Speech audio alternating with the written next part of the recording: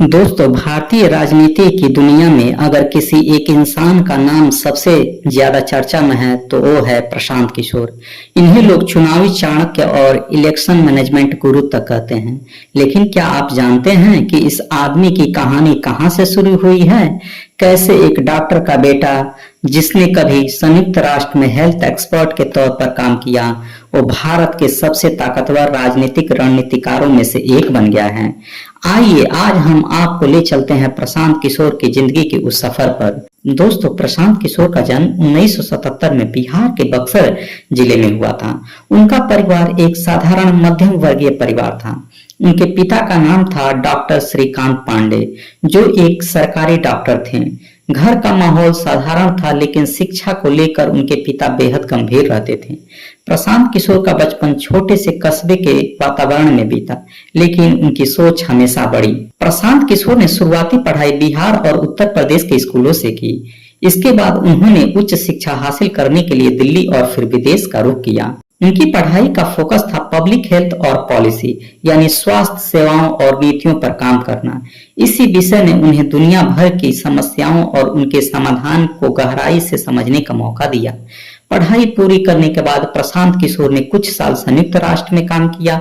वहां वे public health और expert के तौर पर जुड़े। संयुक्त राष्ट्र के कामकाज ने उन्हें सिर्फ हेल्थ पॉलिसी की ही नहीं, बल्कि देशों की गवर्नेंस स्ट्रक्चर, चुनावी प्रणाली और पॉलिटिकल प्रोसेस को भी नजदीक से देखने का मौका दिया। वे अफ्रीका और एशिया के कई देशों में हेल्थ प्रोग्राम और डेवलपमेंट प्रोजेक्ट्स पर काम कर चुके हैं।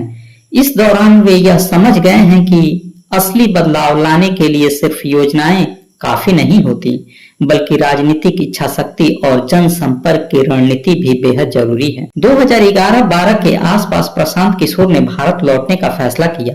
उनके मन में यह सवाल था कि अगर मुझे अपने देश में बदलाव लाना है तो मैं इसे सिर्फ हेल्थ सेक्टर से नहीं कर सकता, बल्कि मुझे राजनीति के अंदर जाकर काम करना होगा।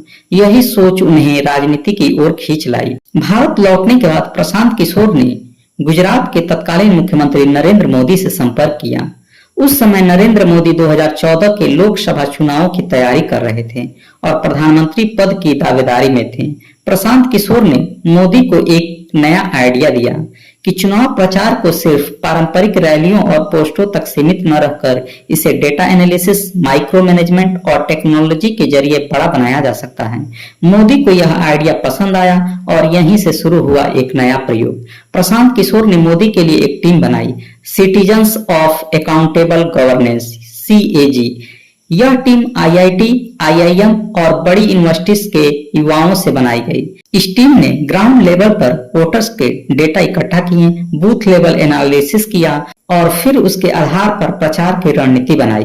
CAG ने कई नए प्रयोग किए, जैसे चाय पर चर्चा, जहां मोदी देश भर के लोगों से वीडियो कॉन्फ्रेंसिंग के जरिए जुड़े, 3D holograph rally, social media campaign और लोकल इशू पर आधारित नारे। उनका सबका नतीजा ये हुआ कि मोदी की छवि चाय वाले प्रधानमंत्री पद के उम्मीदवार तक पहुंच गई।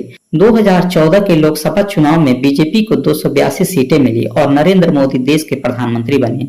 इस जीत के बाद अचानक ही प्रशांत किशोर सुर्खियों में आ गए। लोगों ने उन्हें मोदी की जीत का पर्दे के पीछे का चाणक्य कहना शुरू कर दिया। लेकिन दोस्तों, राजनीति कभी अस्थायी रिश्तों पर नहीं चलती। 2014 के चुनाव के बाद प्रशांत किशोर और नरेंद्र मोदी की राहें अलग हो गई। प्रशांत किशोर, जिन्होंने चुनावी अभियान की सबसे बड़ी रणनीति तैयार की थी, अचानक साइडलाइन कर दिए गए। यहीं से पीके ने ठान लिया, अगर मुझे अपनी पहचान बनानी है तो मुझे किसी एक पार्टी या एक नेता तक सीमित नहीं रहना है। मुझे अलग अलग जगह पर जाकर यह साबित करना होगा कि मेरी रणनीति ही जीत की असली कुंजी है। 2015 में बिहार विधानसभा चुनाव होने वाले थे। नरेंद्र मोदी और बीजेपी की जीत का ग्राफ ऊपर था और लोगों को लग रहा था कि बिहार भी मोदी लहर में बह जाएगा। लेकिन उस समय बिहार के मुख्यमंत्री नीतीश कुमार ने लालू यादव की RJD और कांग्रेस के साथ मिलकर महागठबंधन बनाया। नीतीश कुमार जानते थे कि उन्हें मोदी शाह के रणनीति का मुकाबला करने के लिए एक ऐसे दिमाग की जरूरत है जो उसी स्तर पर चुनाव को लड़ सके, और तभी उनकी मुलाकात हुई प्रशांत किशोर से। नीतीश कुमार ने प्रशांत किशोर को चुनावी रणनीति का जिम्मा सौंपा अब पीके के सामने चुनौती थी मोदी की लोकप्रियता, बीजेपी की मजबूत चुनावी मिशनरी और नीतीश लालू के गठबंधन की कमियां। लेकिन दोस्तों, यही तो पीके की ताकत थी, कमजोरियों को ताकत में बदलना और एक ऐसे माहौल बनाना कि जनता का भरोसा बदल जाए। प्रशांत किशोर ने बिहार में कई नए प्रयोग किए। उन्होंने एक बेहद असरदार नारा गढ़ा, बिहार में बहार है, नीतीश कुमार है। इस नारे ने सीधा असर किया क्योंकि नीतीश कुमार का कामकाज पहले से ही अच्छा माना जा रहा था। सड़कों, बिजली और शिक्षा के क्षेत्र में डोर टू डोर कैंपेन। पीके ने बिहार में पहली बार घर घर पहुंचने की रणनीति बनाई। पार्टी के हजारों कार्यकर्ताओं को ट्रेंड किया गया और वे हर गांव, हर मोहल्ले जाएं और नीतीश सरकार की उपलब्धियां गिनाएं। पीके की टीम ने बूथ लेवल पर डेटा तैयार किया, हर विधानसभा, हर जाति समीकरण और हर मुद्दे को गहराई से समझा, उसी के हिसाब से प्रचार किया। बिहार जैसे राज्य में जहां सोशल मीडिया उतना प्रभावी नहीं था, वहां पीके ने लोकल अखबारों और रेडियो का इस्तेमाल किया। इसके साथ साथ पटना जैसे शहरी इलाकों में फेसबुक और व्हाट्सएप ग्रुप पर भी प्रचार किया गया। दोस्तों, 2015 के बिहार विधानसभा चुनाव का नतीजा चौंकाने वाला था। बीजेपी जो मोदी लहर पर सवार थी, उसे हार का सामना करना पड़ा। महागठबंधन ने 178 सीटें जीती, जबकि बीजेपी को सिर्फ 53 सीटें मिली। यह जीत सीधे तौर पर प्रशांत किशोर की रणनीति की जीत थी। यही वह पल था जब प्रशांत किशोर को देश भर में नया नाम मिला, चुनावी चाणक्य। नीतीश कुमार इस जीत से इतने खुश हुए कि उन्होंने प्रशांत किशोर को अपनी पार्टी जेडीयू का हिस्सा बना लिया। वे पार्टी में राष्ट्रीय उपाध्यक्ष तक बनाए गए। हालांकि राजनीति में यह साझेदारी ज्यादा समय तक नहीं चली, लेकिन उस वक्त यह साफ हो गया था कि अगर किसी पार्टी को चुनाव जीतना है तो पीके उसकी जीत की गारंटी बन सकते हैं। 2015 से प्रशांत किशोर का नाम हर राज्य, हर पार्टी की चर्चा का हिस्सा बनने लगा। कांग्रेस से लेकर क्षेत्रीय पार्टियां सब पीके से संपर्क करने लगी, क्योंकि अब सबको समझ आ गया था कि चुनाव सिर्फ नेता की लोकप्रियता से नहीं जीते जाते, बल्कि चुनाव को जमीनी रणनीति से जीते जाते हैं। दोस्तों, 2015 का बिहार चुनाव प्रशांत किशोर की जिंदगी का टर्निंग पॉइंट था। यहीं से उनका कद इतना बड़ा हो गया कि अब वे सिर्फ एक सलाहकार नहीं रहे, बल्कि भारत की चुनावी रणनीति के गेम चेंजर बन गए। 2017 में पंजाब विधानसभा चुनाव होने वाले थे। कांग्रेस लंबे समय से पंजाब में सत्ता से बाहर थी। कैप्टन अमरिंदर सिंह पार्टी के मुख्यमंत्री पद के चेहरे थे, लेकिन चुनौती बड़ी थी। अकाली दल बीजेपी महागठबंधन सत्ता में था, मोदी लहर अभी भी बनी हुई थी और कांग्रेस की स्थिति देश भर में कमजोर थी। ऐसे में कांग्रेस ने प्रशांत किशोर की ओर रुख किया। प्रशांत किशोर ने पंजाब में पूरी तरह लोकल रणनीति अपनाई। उन्होंने महसूस किया कि पंजाब की जनता राष्ट्रीय मुद्दों से ज्यादा राज्य की समस्याओं पर ध्यान देती है, जैसे नशाखोरी, बेरोजगारी, किसान संकट। पीके के बड़े कदम की बात करें तो कॉफी विद कैप्टन। पीके ने कैप्टन अमरिंदर सिंह को जनता से जोड़ने के लिए कॉफी विद कैप्टन कार्यक्रम शुरू किया। इसमें युवा और आम लोग सीधे कैप्टन से सवाल कर सकते हैं। हर घर कैप्टन, यह एक डोर टू डोर कैंपेन था। कांग्रेस के कार्यकर्ताओं घर घर जाकर बताते थे कि कांग्रेस सत्ता में आई तो हर परिवार को क्या मिलेगा। मैनिफेस्टो का असर। पीके ने चुनाव घोषणा पत्र को बहुत आकर्षक बनाया और जनहितकारी बनाया। किसानों की कर्ज माफी और युवाओं को रोजगार देने का वादा सबसे ज्यादा असरदार साबित हुआ। 2017 के नतीजों ने कांग्रेस को बड़ी राहत दी। कांग्रेस ने 117 में से 77 सीटें जीत लीं। अकाली दल और बीजेपी सफाया हो गया। यह जीत भी प्रशांत किशोर की झोली में गई। अब साफ हो गया था कि पीके सिर्फ क्षेत्रीय नेताओं के लिए ही नहीं, बल्कि राष्ट्रीय स्तर पर भी एक मास्टर स्ट्रेटेजिस्ट हैं। 2019 आते आते प्रशांत किशोर का अगला बड़ा दाव था आंध्र प्रदेश में वाईएसआर कांग्रेस पार्टी के नेता वाईएस जगनमोहन रेड्डी। जगनमोहन रेड्डी के सामने चुनौती थी चंद्रबाबू नायडू, तेलुगु देशम पार्टी के, और बीजेपी का अप्रत्यक्ष प्रभाव। जगन लंबे समय से सत्ता से बाहर थे और जनता का भरोसा जीतने के लिए उन्हें किसी बड़े चमत्कार की जरूरत थी। प्रशांत किशोर ने जगन रेड्डी के लिए एक ऐसा चुनावी कैंपेन खड़ा किया जो भारतीय राजनीति में मिसाल बन गया। पीके ने सुझाव दिया कि जगन को जनता से सीधे जुड़ना चाहिए। इस विचार से शुरू हुई 3600 किलोमीटर की लंबी पदयात्रा। जगन ने गांव-गांव जाकर लोगों से मुलाकात की, समस्याएं सुनी और समाधान का वादा किया। किसानों की समस्याएं, बेरोजगारी और विकास के वादे पर पूरा जोर रहा। पीके की टीम आई पैक ने बूथ लेवल पर डेटा इकट्ठा किया, हर सीट पर लोकल मुद्दे और समीकरणों को ध्यान में रखते हुए प्रचार रणनीति बनाई। 2019 के नतीजे चौंकाने वाले थे। जगनमोहन रेड्डी की वाईएसआर कांग्रेस ने 175 में से 151 सीटें जीतकर इतिहास रच दिया। चंद्रबाबू नायडू पूरी तरह हाशिए पर चले गए। इस जीत के बाद यह बात पक्की हो गई कि जहां पीके की रणनीति होती है वहां जीत पक्की होती है। पंजाब और आंध्र प्रदेश के बाद प्रशांत किशोर का कद इतना बढ़ गया कि उन्हें अब इलेक्शन विनिंग मशीन कहा जाने लगा। हर पार्टी चाहती थी कि पीके उनके साथ काम करे, लेकिन पीके का एक नया नियम था।